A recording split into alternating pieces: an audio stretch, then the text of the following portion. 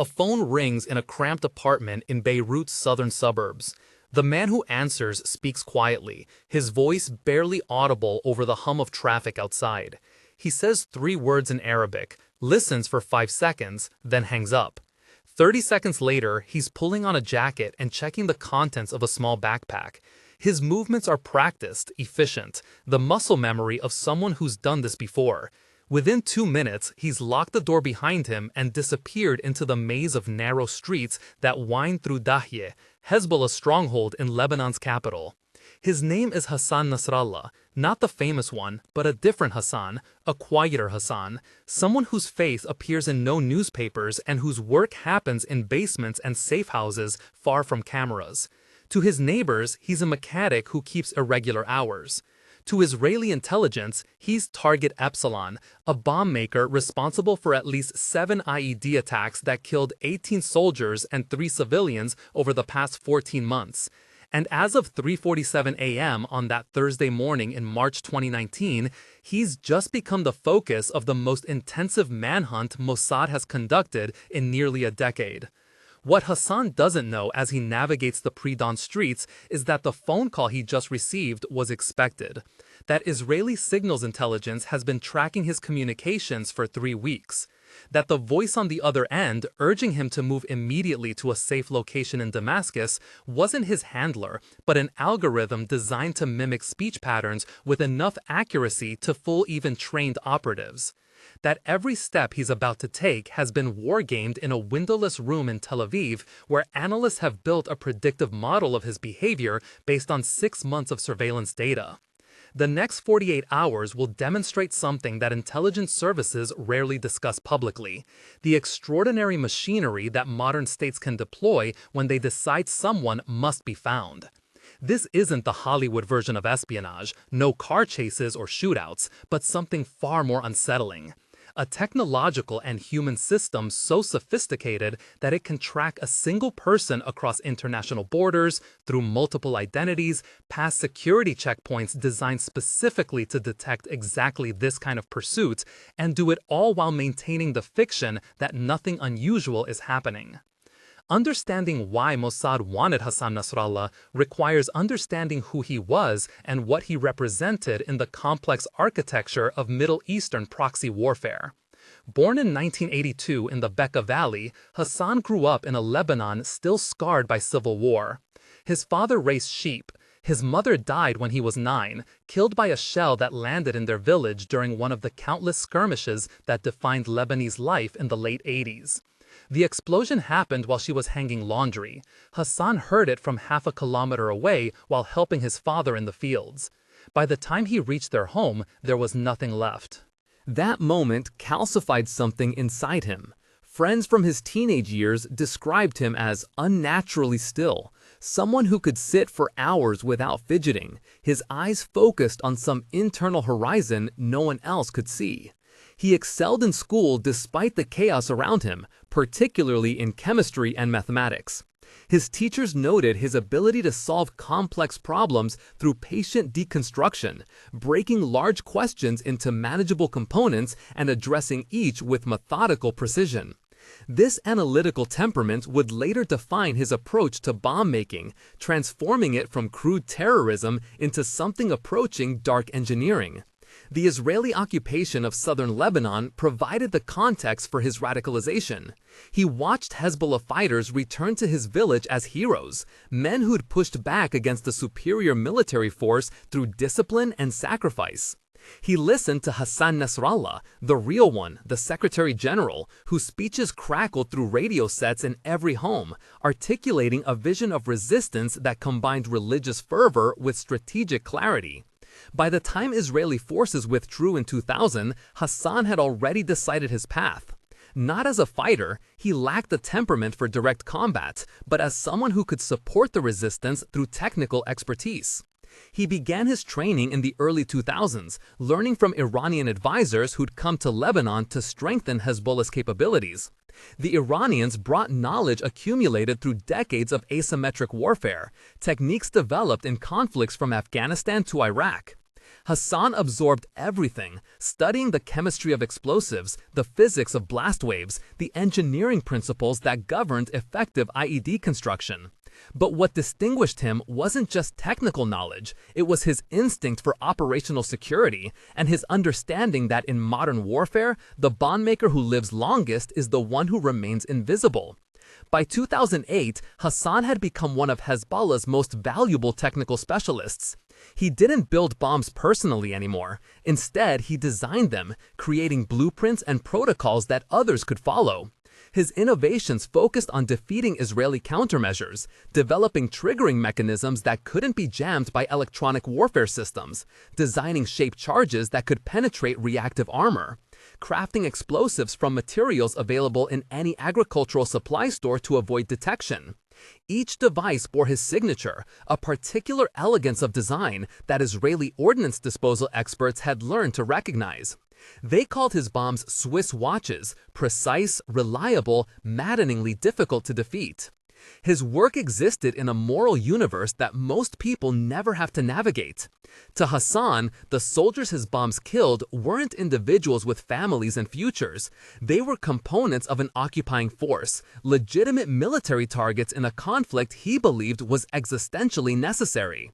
He felt no pleasure in causing death, but neither did he feel guilt. Killing had become a technical problem requiring technical solutions, and he was very good at solving problems. This emotional detachment, this ability to separate the abstract logic of resistance from the concrete reality of shattered bodies, was perhaps his most valuable trait. It allowed him to work without the psychological burden that destroyed other operatives. Israeli intelligence first became aware of Hassan Nasrallah, the bomb maker, in 2011 when a captured Hezbollah fighter under interrogation mentioned a specialist known only as Abu Karim, who designed a particularly effective roadside bomb. The prisoner knew almost nothing about him, just rumors and fragments of operational security protocols.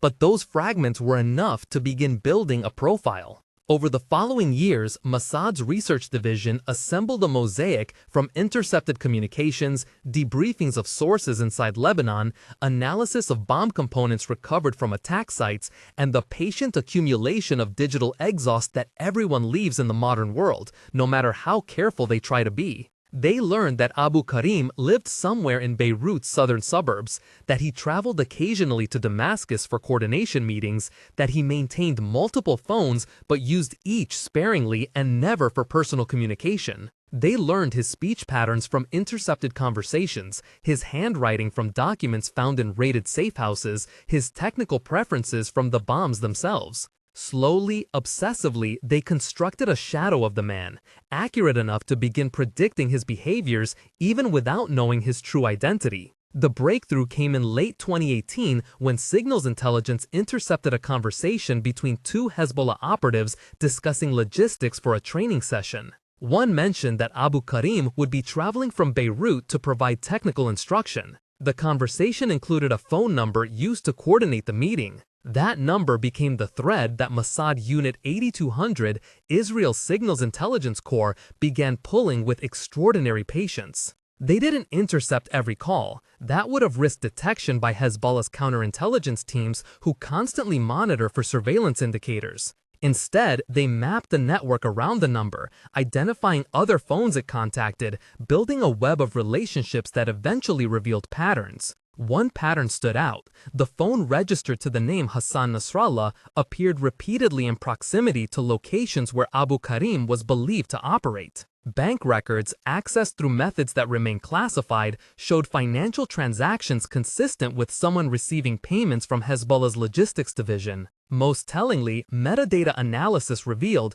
that this Hassan Nasrallah's phone was always powered off during periods when Abu Karim was known to be traveling, suggesting they were the same person maintaining strict operational security by never using personal and professional phones simultaneously. In January 2019, Mossad escalated their surveillance. Human intelligence assets in Lebanon began carefully photographing anyone matching Hassan's description in the Dahiya neighborhood. One photograph taken from a passing motorcycle captured a man entering an apartment building that signals intelligence had previously identified as relevant. Facial recognition software trained on thousands of images of known Hezbollah operatives returned a partial match to a man seen in the background of a photograph from a 2013 resistance rally. It wasn't definitive proof, but probability was accumulating. The decision to actively pursue Hassan came in February 2019 after an IED attack near the Israeli border killed 3 soldiers. Explosive residue analysis showed signatures consistent with Hassan's designs, and captured cellular metadata suggested he'd been in the area days before the attack conducting site reconnaissance. At a closed meeting in Prime Minister Benjamin Netanyahu's office, intelligence chiefs presented their case. Hassan Nasrallah represented a strategic threat, not just for the deaths he'd already caused, but for his role in training a new generation of bomb makers who would continue his work long after he was gone. The authorization to neutralize him, delivered through bureaucratic channels that transformed murder into policy, took less than an hour. But there was a complication. Hassan had become aware, through some instinct or leaked information, that his security had been compromised. In early March, his patterns changed. He stopped using his primary phone. He varied his routines. He began spending nights in different locations. Hezbollah's counterintelligence division, sophisticated in its own right, had likely warned him that Israeli surveillance was intensifying. The window for a conventional operation, a targeted strike or kidnapping, was closing. Mossad needed to force his hand, to create a situation where Hassan would have to move in ways they could predict and exploit. That's when they deployed a technique that exists at the intersection of psychology and technology. For 3 weeks, Unit 8200 had been collecting voice samples from Hassan's known contacts, building acoustic profiles that captured not just what people said, but how they said it, the rhythm and cadence and unconscious verbal tics that make each person's speech unique. Using this data, they trained a voice synthesis algorithm to mimic one of Hassan's handlers, a senior Hezbollah logistics coordinator based in Damascus. The technology wasn't perfect. A careful listener might detect subtle artifacts, slight unnatural smoothness in pronunciation, but in a brief high-stress phone call at 3:47 in the morning, it would be convincing enough. The message was carefully crafted to exploit Hassan's psychology as Mossad understood it. No elaborate story that might trigger suspicion, just an urgent instruction to relocate immediately to Damascus, where security was stronger. The call lasted 18 seconds. Hassan asked 2 verification questions, standard protocol for confirming identity. The algorithm, accessing a database of the real handler's previous responses, provided answers close enough to pass. When Hassan hung up, he believed he just received legitimate instructions from someone he trusted. Within minutes of the call, Mossad's tracking systems registered Hassan's phone powering on long enough to access a travel app before shutting down again. That brief digital pulse provided enough data to confirm he was taking the bait. Analysts in Tel Aviv watched as predictive models, fed with everything they knew about Hassan's behavior, calculated probable next moves with percentage breakdowns displayed on screens. 89% probability he would travel by car to Damascus rather than risk airport security. 76% probability he would use the Mossad border crossing as his entry point into Syria. 63% probability he would travel within the next 6 hours to minimize exposure time. Every percentage point represented thousands of hours of surveillance translated into algorithmic prediction. This was the new par. Face of intelligence work. Not the dramatic intuition of brilliant analysts, but the patient accumulation of data points fed into systems that could calculate human behavior with disturbing accuracy. And the calculation said Hassan would do exactly what Mossad needed him to do, move in ways that exposed him to observation. The operation that followed involved coordination across multiple intelligence divisions and deployed technologies that most people don't know exist. As Hassan prepared to leave Beirut, Mossad's tracking apparatus was already positioning itself along his predicted route. The first layer was satellite surveillance. 2 reconnaissance satellites, technically owned by commercial entities but available for Israeli intelligence use through classified agreements, adjusted their orbital paths to provide coverage of the Beirut-Damascus highway corridor. Their synthetic aperture radar could track vehicle movements regardless of weather or darkness, creating real-time maps of traffic flows that analysts could search for patterns matching Hassan's likely behavior. The second layer was cellular network exploitation. Through agreements with telecommunications providers and technical capabilities that remain closely guarded secrets, Unit 8200 could monitor phone activity across Lebanese networks without directly intercepting specific devices. They weren't listening to conversations. That would require Hassan to use his phone, which he was smart enough not to do. Instead, they were watching for the negative space, the absence of expected signals that might indicate someone deliberately staying dark. Hassan's phone remained off, but phones belonging to his family members and known associates showed patterns suggesting communication through alternative channels. Someone was coordinating his movements, and those coordination signals created ripples that sophisticated analysis could detect. The third layer was human intelligence. Mossad maintained a network of assets throughout Lebanon, individuals recruited through various means who provided eyes on the ground. Some were paid informants with no ideological commitment. Others were Lebanese citizens who'd lost family members to Hezbollah's authoritarian control of certain areas and saw cooperation with Israel as a form of resistance. Still others were intelligence operatives from allied services who shared certain objectives with Israel. As Hassan moved through Beirut, careful watchers noted his passage. A shopkeeper observed a man matching his description purchasing supplies for a long drive. A taxi driver, paid to report unusual fares, mentioned someone who paid cash for a trip to a car rental agency on the city's outskirts. Each observation by itself meant nothing. Together, they formed a constellation of data points that confirmed Hassan was doing exactly what the models predicted. At 6:23 a.m., a rental car with plates registered to a Damascus-based company but rented from a Beirut location appeared on satellite imagery traveling northeast toward the Syrian border. Traffic camera footage, accessed through Lebanese systems that Israeli intelligence had quietly penetrated years earlier, showed the vehicle matching Hassan's predicted route. Facial recognition software analyzing the driver through windshield reflection returned a 78% match probability. Not certainty, but enough to commit resources. Mossad's operational center in Tel Aviv became the nervous system coordinating the hunt. Screens displayed real-time data feeds, satellite imagery, signals intelligence reports, updates from human assets. Analysts sat at workstations, monitoring different aspects of the operation, speaking occasionally into headsets to coordinate with field teams. The atmosphere was tense but controlled, the focused intensity of professionals executing a plan that had been rehearsed mentally countless times. A senior operations officer, whose name remains classified, stood at the center, making split-second decisions as new information arrived. Should they activate border assets to confirm visual identification? Risk too much exposure and Hassan might detect the surveillance. Wait too long and they might lose him in Damascus's complex urban environment. The rental car reached the Mossad border crossing at 8:47 a.m. This was a critical moment. Lebanese exit procedures and Syrian entry protocols created a choke point where Hassan would be briefly stationary and vulnerable to close observation. But it was also where Hezbollah maintained its strongest counter-surveillance presence, specifically watching for Israeli intelligence activity. Mossad couldn't risk obvious surveillance without triggering alerts that would warn Hassan. Instead, they relied on a penetration asset.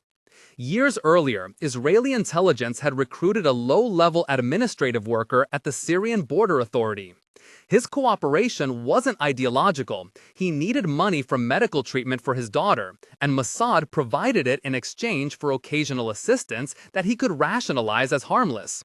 His role was simple. When a vehicle with specific plate numbers passed through, he would activate a seemingly innocent procedure, requesting additional documentation that required the driver to present identification at a specific window where a concealed camera could capture high-resolution images. Hassan presented his passport, which identified him as Karim Hassan Awad, merchant. The camera, embedded in what appeared to be a standard security mirror, captured his face from 3 angles in under 2 seconds. The images transmitted instantly through a covert cellular uplink to a relay station in northern Israel, then to Tel Aviv, where facial recognition analysis returned a 94% match confidence within 8 seconds. They had him. Positive identification. Hassan Nasrallah, Abu Karim, target Epsilon, was confirmed crossing into Syria using a false identity at 9:03 a.m. Now came the complex part. Syria wasn't Lebanon. Israeli intelligence operated in Syrian territory, but with far greater difficulty and risk. The Assad regime maintained sophisticated counterintelligence capabilities supported by Russian and Iranian advisors who specifically watched for Israeli activity.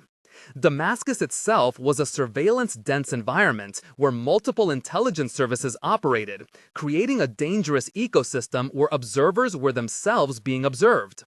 Mossad couldn't simply follow Hassan through Damascus streets without risking exposure that might compromise years of carefully built intelligence infrastructure.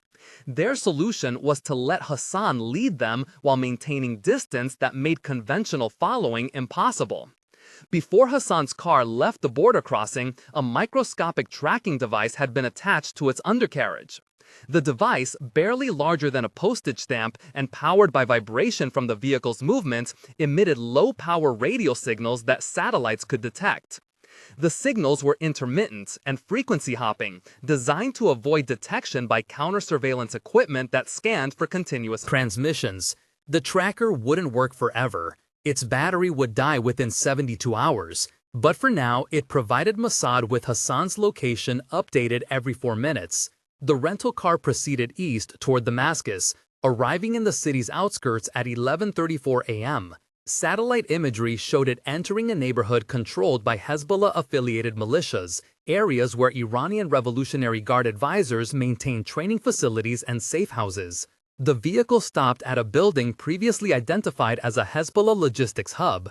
Hassan emerged, visible for 3 seconds in satellite footage before entering the structure. Then nothing. The building's interior was opaque to remote surveillance. Thermal imaging from satellites showed multiple heat signatures but couldn't distinguish individuals. The tracker indicated the car remained stationary, but Hassan could have transferred to another vehicle or remained inside. For the next 8 hours, Mossad faced what intelligence professionals call the gap, periods when targets disappear from observation and analysts can only wait while constructing probabilistic scenarios about what might be happening in the darkness. Hassan could be meeting with handlers, receiving new instructions, or preparing to disappear into Syria's complex landscape where even Israeli intelligence had limited reach. Every hour increased the risk that he would slip away, that the carefully constructed operation would end with nothing but satellite images of a building they already knew existed. The solution came from an unexpected angle. At 7:52 p.m. Damascus time, Signals Intelligence detected a burst of encrypted communication from inside the building to a recipient in Beirut. The encryption was sophisticated. Hezbollah's internal communication protocol developed with Iranian assistance specifically to resist Israeli signals intelligence. Unit 8200 couldn't break the encryption in real time, but they didn't need to. The mere fact of communication revealed something important. Hassan was coordinating with someone, likely reporting his safe arrival and receiving further instructions. The communications metadata, its duration and routing, matched patterns associated with senior Hezbollah logistics officers. More valuable was what happened next. 14 minutes after the encrypted burst, a different phone, this one belonging to a known Hezbollah operative in southern Beirut, became active and called a number in the Bekaa Valley. That call, which Mossad could intercept because it used commercial cellular networks, included a brief coded phrase that translators identified as confirmation that the package had arrived safely. Hassan hadn't used his own phone, maintaining operational security, but his presence had triggered a chain of communications that revealed itself through the network analysis that Unit 8200 had perfected over decades of signals intelligence operations.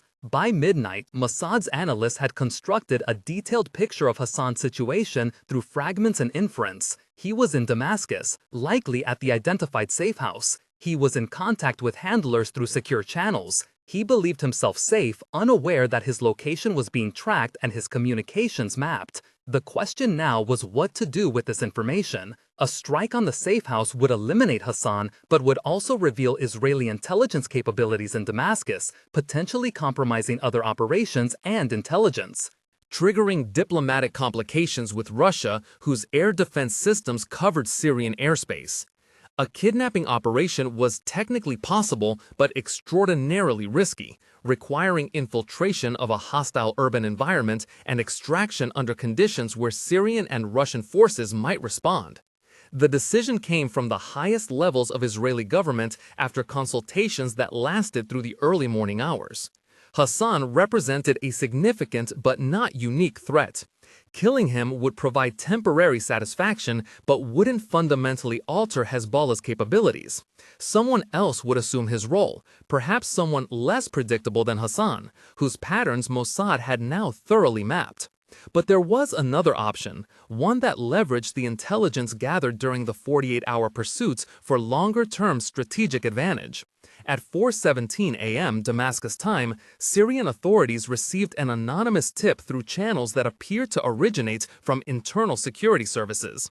The tip alleged that a wanted terrorist was present in a specific building, provided detailed description matching Hassan's appearance, and included enough verifiable details to seem credible.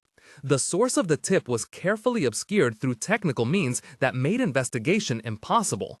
To Syrian intelligence, it appeared to come from their own domestic surveillance apparatus, possibly from a rival faction looking to curry favor or eliminate competition.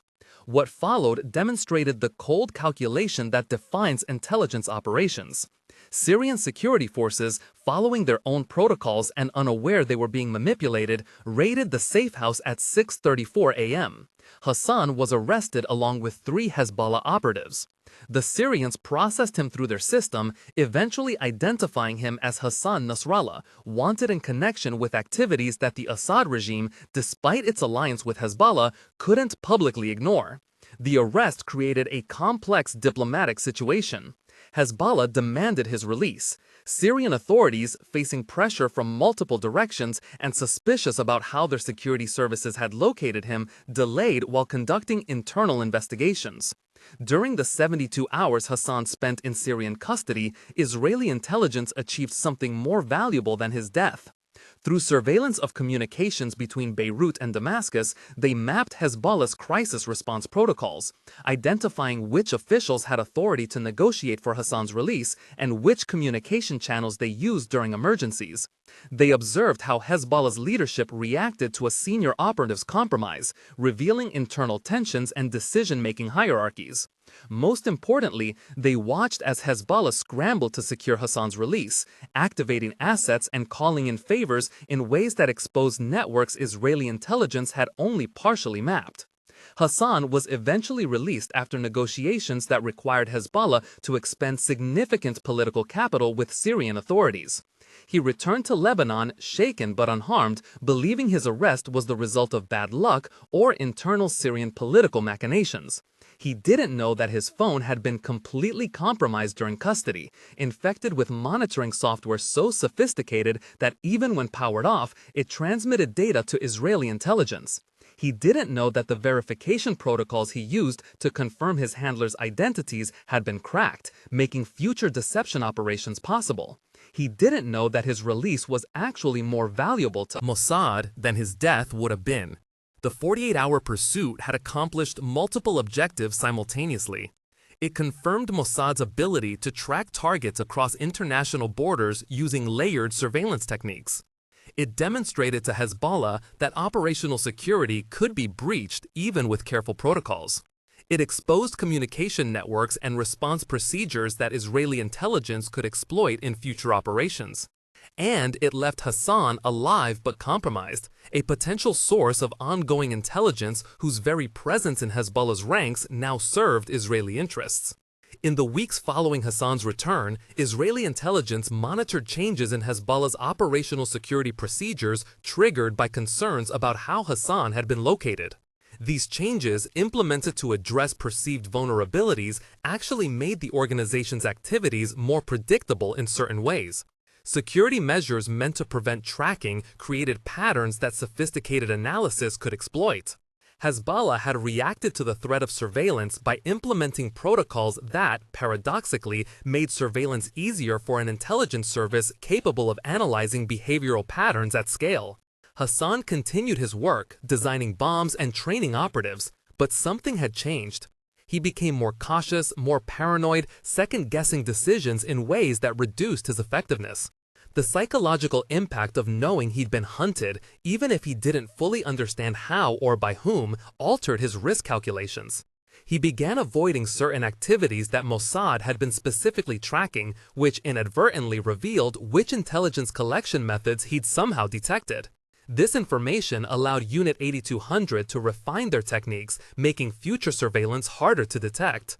3 months after the Damascus incident, Hassan's bomb-making activities declined noticeably.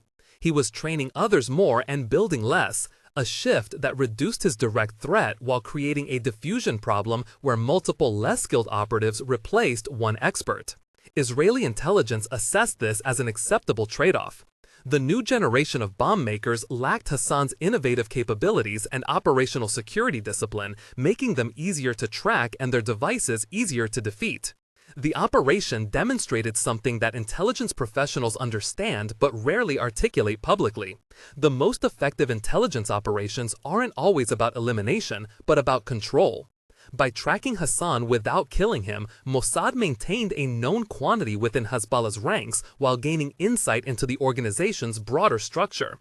Hassan alive and monitored was, in some calculations, more valuable than Hassan dead and replaced by an unknown successor. The technologies deployed during the 48-hour hunt represented decades of investment in intelligence capabilities that most countries cannot match.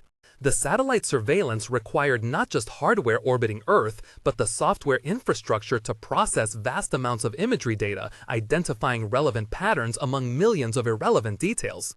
The signals intelligence demanded not just technical ability to intercept communications, but the analytical capability to map network relationships and understand what silence and absence revealed about hidden activities.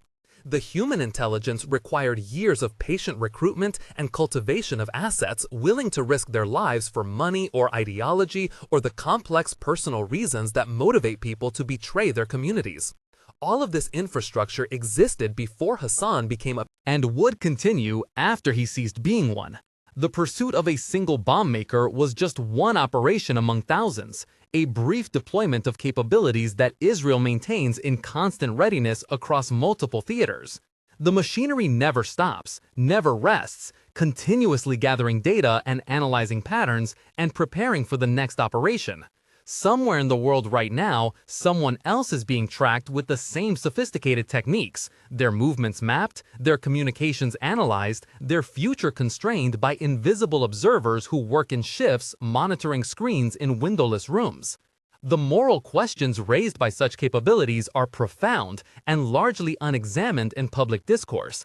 What does it mean when states possess technology that can track individuals across borders with near certainty? How do we reconcile national security interests with the reality that these capabilities could be turned against anyone, not just bomb makers and terrorists, but dissidents, journalists, or political opponents? Who decides which targets are legitimate and on what basis? The mechanisms that authorize operations like Hassan's pursuit operate behind classification walls that prevent democratic oversight or public accountability. The people who make these decisions are not elected, and their reasoning is not subject to judicial review or legislative debate. Israel argues, with some justification, that it faces existential threats requiring extraordinary security measures. Hezbollah possesses vast arsenals of missiles aimed at Israeli cities. Iranian-backed militias operate on Israel's borders with explicit goals of the state's destruction. In this context, tracking and neutralizing bomb makers like Hassan seems not just justified but necessary. The alternative, according to Israeli strategic thinking, is to wait passively while adversaries develop capabilities to inflict mass casualties. But the precedent established by operations like Hassan's pursuit extends beyond the specific Israeli-Hezbollah conflict. Other nations watch and learn. Russian intelligence services track dissidents across Europe.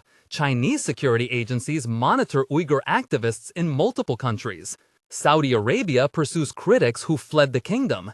each operation justified by its architects as legitimate security action, each made possible by technologies and techniques that were pioneered in contexts like the hunt for Hassan Nasrallah.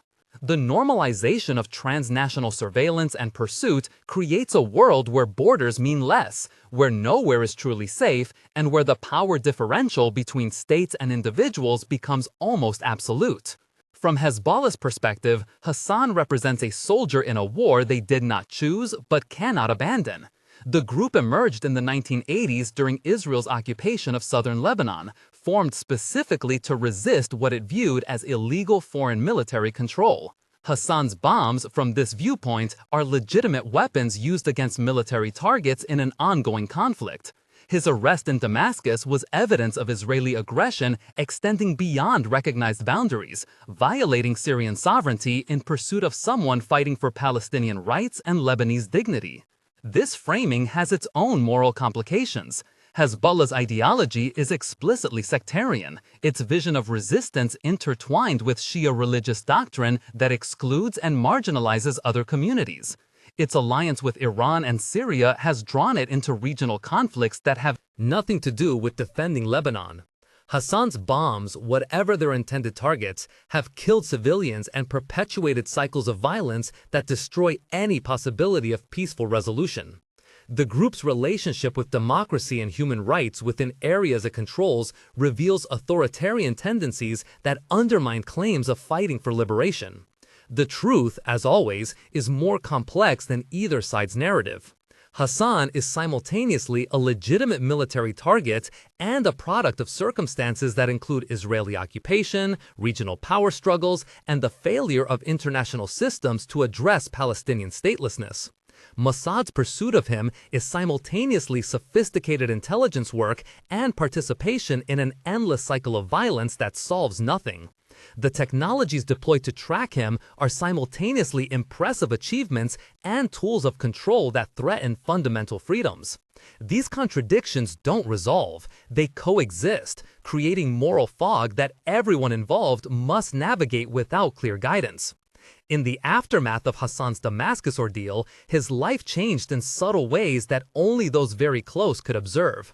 He slept less, startled more easily at unexpected sounds. He began questioning things he'd previously accepted, wondering which colleagues might be compromised, which communications might be monitored, which routines might have made him vulnerable. This paranoia, while justified, made him less effective. Innovation requires a certain freedom of thought that constant suspicion undermines. By making Hassan question everything, Mossad degraded his capabilities without removing him entirely. By early 2020, Hassan had largely withdrawn from active operations. He trained others but rarely traveled, avoided meetings when possible, and communicated only through the most secure channels. His knowledge remained valuable to Hezbollah, but his operational usefulness had declined. In intelligence assessments, he was downgraded from active priority to monitoring status. The resources deployed to track him were redirected to newer threats. He remained alive, diminished, a reminder that not every operation requires killing, that sometimes the most effective neutralization is psychological rather than physical. The broader implications of the Hassan Nasrallah operation extend far beyond one man or one organization. They reveal a world where technology has fundamentally altered the balance between state power and individual autonomy. Historically, people could disappear into crowds, cross borders, and assume new identities with reasonable expectation of success. Geography provided protection, distance meant safety. But satellite surveillance, biometric identification, network analysis, and the comprehensive digital exhaust that modern life creates have eliminated these refuges.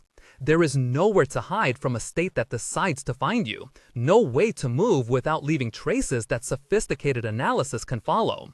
This reality transforms the nature of dissent, resistance, and conflict itself. When opposition to state power is effectively impossible without accepting near certain detection and elimination, what happens to political change? When intelligence services can track anyone anywhere, what prevents the slide from legitimate security operations to authoritarian control? The technologies that tracked Hassan Nasrallah across 3 countries in 48 hours are the same technologies that could track protesters, journalists, whistleblowers, or anyone else who threatens powerful interests. Israel's intelligence community would argue that maintaining these capabilities is essential for survival in a hostile regional environment. That the alternative to precise, targeted operations like Hassan's pursuit is either passivity in the face of existential threats or large-scale military actions that cause far greater harm. That democracy and human rights are luxuries that require first ensuring the state's continued existence. These arguments have weight. Israel faces genuine threats from adversaries who explicitly call for its destruction.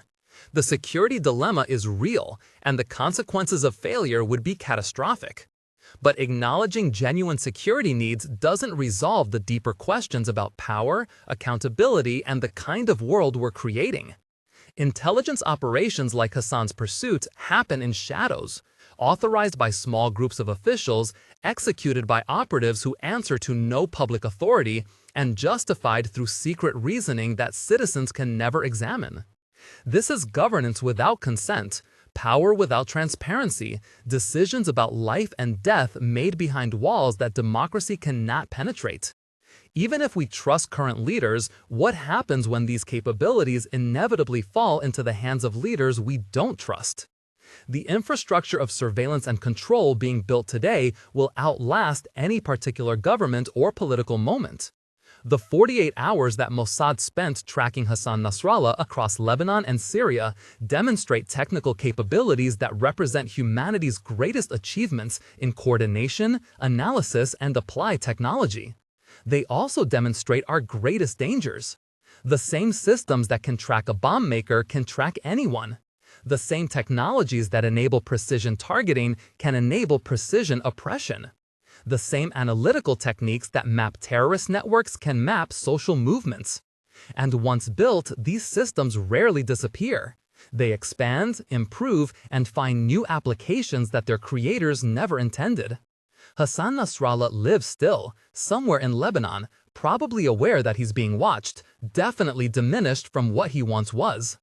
His bombs still occasionally appear in intelligence reports, though less frequently, designed by students he trained rather than his own hands.